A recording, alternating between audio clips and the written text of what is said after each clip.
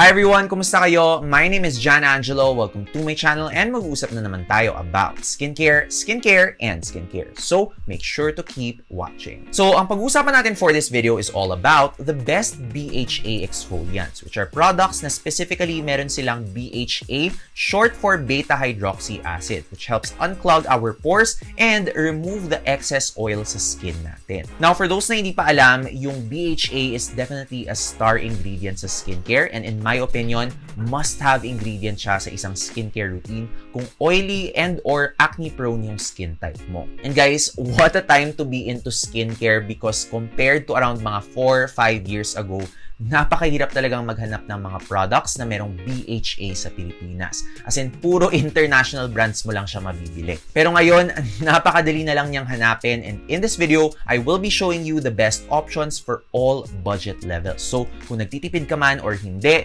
there will be a good BHA product in this video for you. So, with that being said, wala nang any, let us begin. Now, sa mga beginners pa lang or first time na nanonood sa channel na to na hindi pa masyadong alam what BHA or salicylic acid is, very short introduction lang. Basically, isa siyang exfoliating acid that goes deep into our pores para matackle yung excess oil and yung mga dead skin cells natin para hindi sila nagka-clog or nagbabara sa mga pores natin. And as a result, nakakatulong to sa pag-address and pag-prevent ng mga acne breakouts. Especially since yung BHA also has anti-inflammatory properties sa skin natin. Now, to use salicylic acid sa routine niyo, there are generally a lot of ways. Pwedeng gumamit ka ng wash, ng face mask na merong salicylic acid.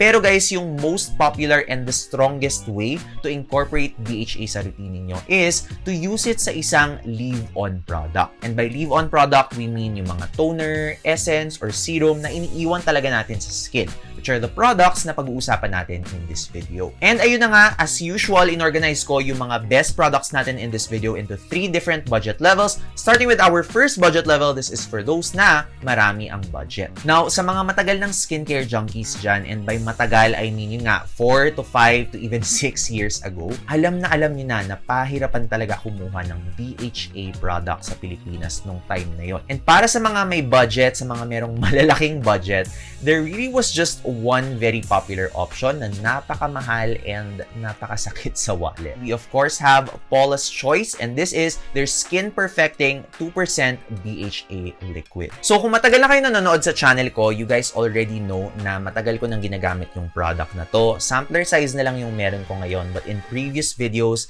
napakita ko na sa inyo yung lumang packaging nito, yung lumang regular size packaging nito, nung color white pa siya. As in talaga, yun yung proof of loyalty ko to Paula's Choice as an apologist. But anyway, as the name says, this does have 2% BHA in the form of salicylic acid, in which yung 2% guys, yun yung maximum na talaga na percent for face products, and yung salicylic acid is also the strongest kind ng BHA. Additionally, meron din tong green tea leaf extract, which actually has a lot of research na beneficial siya for oily skin, and meron din siyang anti-inflammatory and antioxidant properties. Now, for the feel of this toner on the skin, actually may pagka-essence yung feeling niya. It has a very hydrating feeling on the skin that actually takes quite a while to absorb. Kailangan ipat mo pa siya a bit and antayin before mo siyang fully maseset sa skin. Now, a lot of people like to describe yung feeling ng exfoliant na to is may pagka-greasy siya. Pero kasi guys, yun lang talaga yung feeling ng salicylic acid sa skin, and common siya across all salicylic acid products. Now, as for the price, ayun na nga, dahil US product to at meron pang shipping, at dahil din binili si Paula's Choice ng isang malaking company, medyo tumaas na talaga yung presyo nito. So may dalawang version to, merong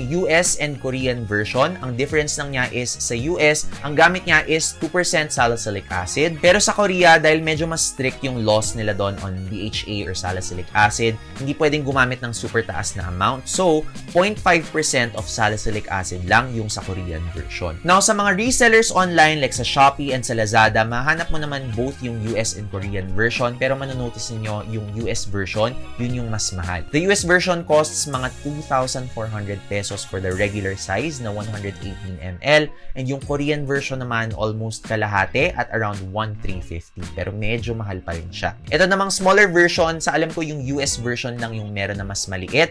And this one costs around 800 to 900 pesos. So manonotice nyo talaga guys, medyo pricey na talaga ang Paula's Choice ngayon.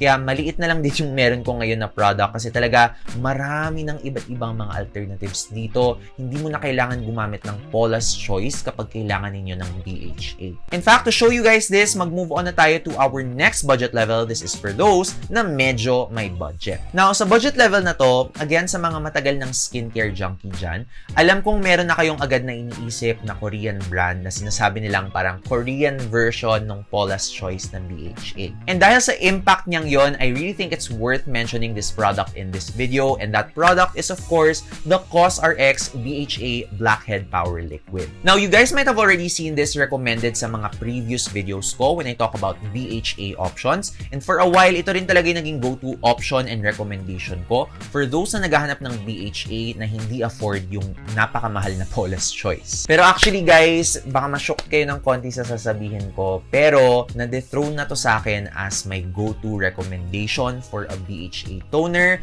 lalong-lalo na sa Korean skincare. Now okay, don't get me wrong, magandang product pa rin naman yung COSRX na BHA, lalo na kung beginner pa lang kayo sa pag-exfoliate ng skin. Very gentle talaga siya. Pero kasi itong product na nakapag-replace sa kanya, medyo mas intensive siya and medyo nakita ko yung effect niya sa skin ko while also being as gentle as the COSRX BHA. And this product that I'm talking about is actually from the Korean brand Isntree, and this is their Chestnut BHA 2% Clear Liquid. So, relatively new release to ng Isntree na BHA, and guys, grabe talaga ang Isntree as a brand.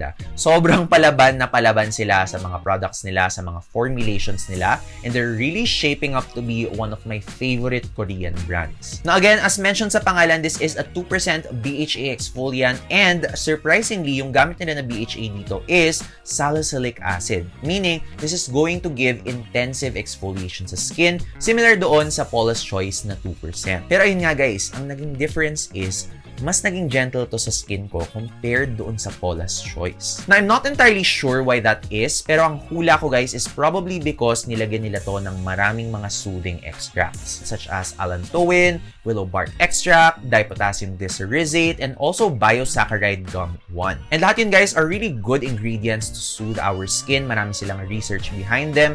Plus, yung willow bark and yung dipotassium glycyrrhizate, plus pa silang dalawa for having research na okay sila sa pag-manage ng oily skin. Yeah, plus points din yun. So by adding those hydrating ingredients, na-offset nila yung pwedeng maging dryness na nanggagaling sa salicylic acid. So posibleng isa rin yun sa mga factors kung bakit hindi naging super irritating tong product na to sa skin ko compared to other BHA products. Now as for the texture of this, very similar sila actually sa BHA ng Paula's Choice. Medyo may pagka-essence talaga yung feeling niya sa skin.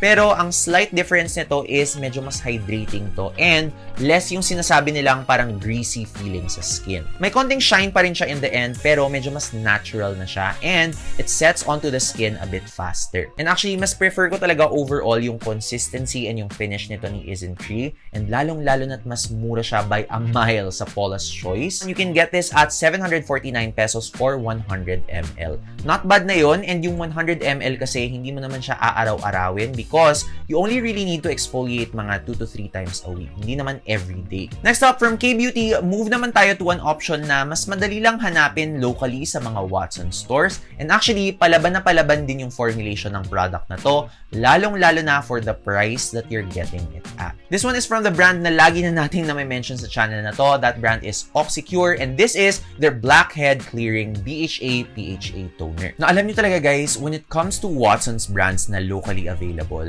napakalaki talaga ng ambag ni Oxycure kasi sobra nilang ginagawang accessible yung salicylic acid or BHA na ingredient dito sa Pilipinas. Kasi sabi ko nga, 5 to 6 years ago, walang-wala ka mahahanap na mga ganitong products sa Watsons. Pero ngayon guys, pag tinignan nyo yung aisle or yung section ng Oxycure, lahat meron na sila as in BHA wash, BHA spray, BHA moisturizer, BHA spot treatment, lahat na. As in, lunod na tayo sa mga BHA products. Onti na lang, ibubuga na talaga namin yung salicylic acid. Charot. Pero ayun nga guys, definitely a very solid addition to their line of BHA products is this toner, which is actually not only 2% BHA but also 4% PHA. And yun guys, napakagandang combination yun, especially for those na acne prone and marami pang iba't ibang mga concerns na tina-target. Now, sa mga hindi alam yung PHA, short introduction lang, basically it means polyhydroxy acid.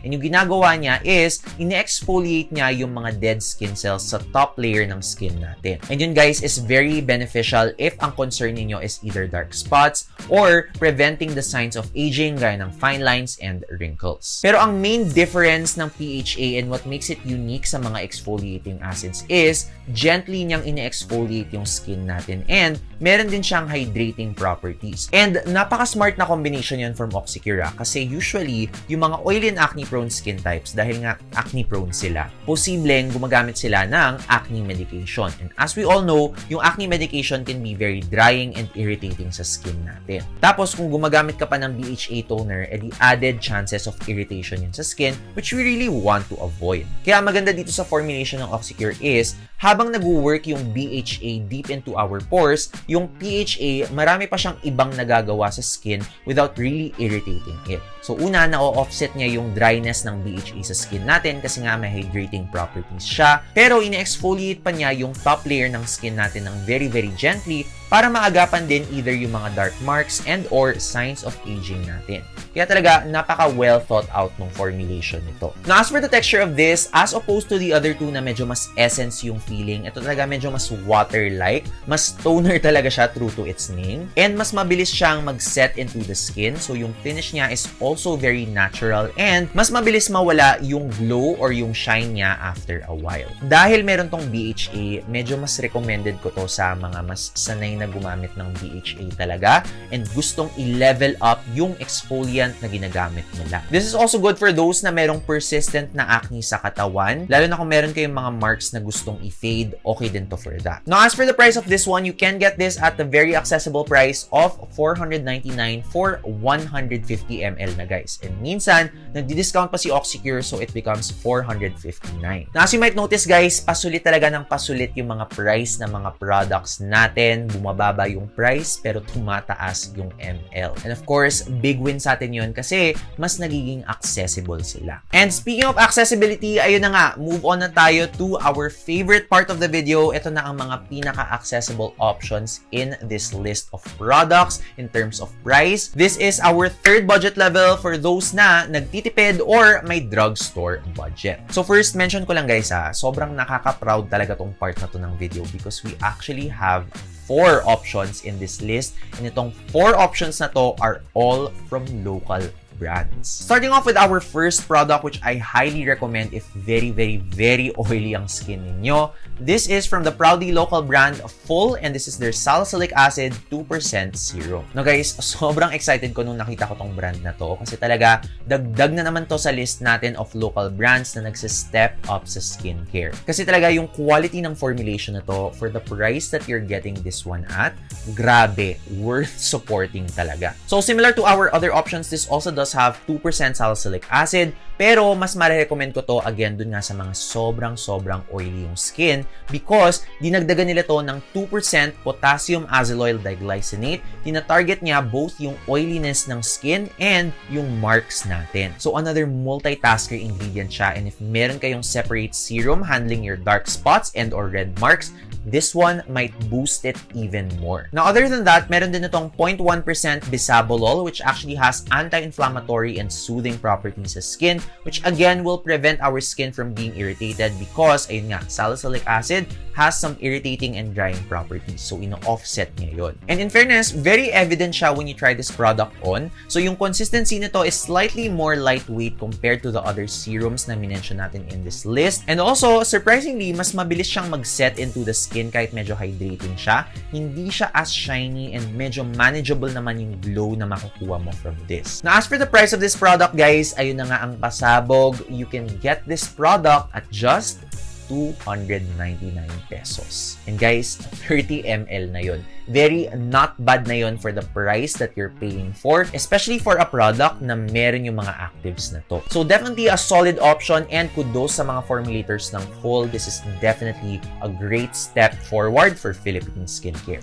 Now for the next product in this list, we have an option na medyo similar lang naman yung price from the previous product sa list, pero medyo mas simple yung formula nito, and dahil doon, mas marami kang product na makukuha. Na first time din natin ma-mention tong local brand sa channel na to, and this is from our very own Noah Solutions, and this is their Deep Zero 2% Salicylic Exfoliant. So yan na guys, finally mapag-uusapan na natin ang brand na Noah sa channel na to, kasi sobrang dami talaga sa inyo sa comments ang nagtatanong about this brand. So again, this is a 2% salicylic acid exfoliant, pero ang kasama naman nitong mga ingredients are botanical or plant extracts, which are Centella asiatica, which as we all know is very soothing sa skin, as well as willow herb, which is also soothing, pero meron din siyang antioxidant properties. So again, baka by now, nakikita nyo na yung pattern na medyo ino-offset talaga ng mga additional ingredients, yung BHA or salicylic acid, kasi nga meron siyang irritating or drying properties. Now, as for the consistency of this product, medyo on the watery side siya, but despite that, it kind of takes a while for it to actually set on the skin, but when it does, it finishes very natural, not too shiny sa skin. And actually guys, yung feature na yun, para siyang trend na nanonotice ko sa mga local products. Siguro dahil alam na nila na ayaw natin yung parang sobrang shiny sa mukha, kaya siguro ginagawa nilang feature yun. But anyway, as for the price of this toner, this is in the 300 pesos price range, similar dun sa Full. Sa alam ko, minsan nagiging 330 siya, minsan nagiging 299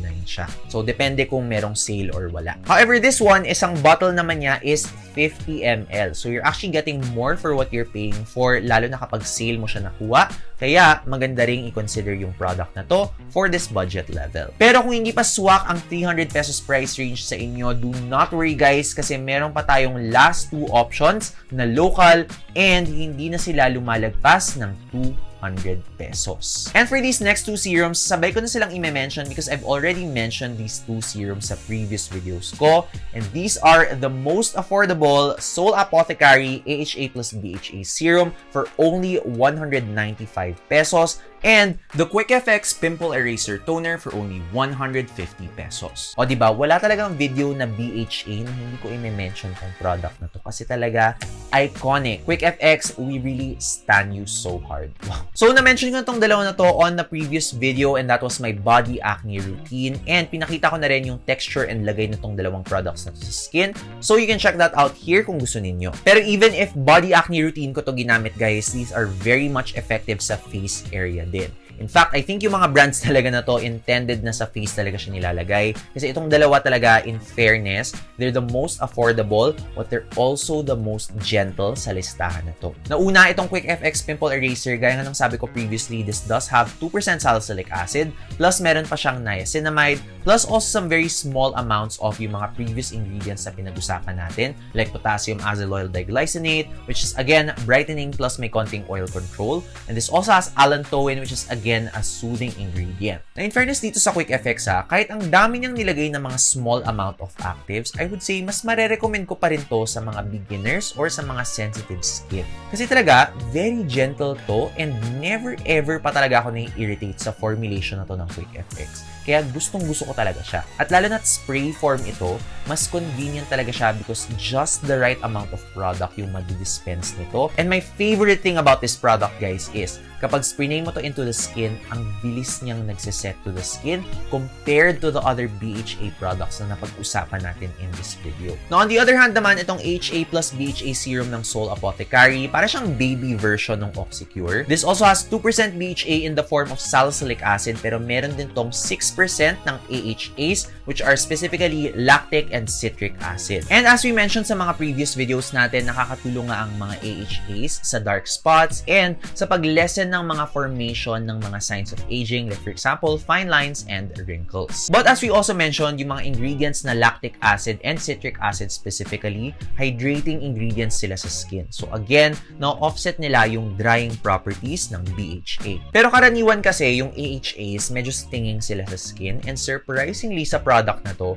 medyo bihira akong nasisting for some reason, which is actually why mas marirecommend ko siya for those na gusto palang mag-try ng AHA and BHA at the same time.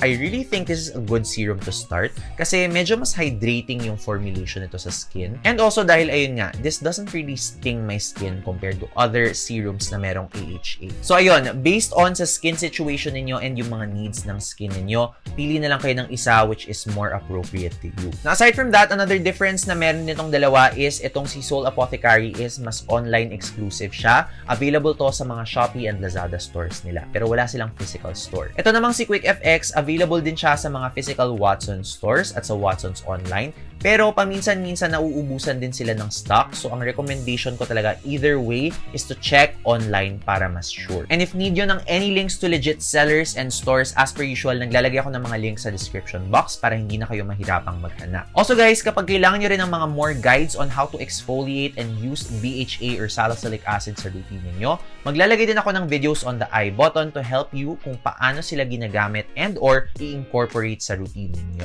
And as usual, if you found this video helpful, please do leave me a thumbs up and subscribe for more content like this. And as always guys, I will see you in the next video. Bye!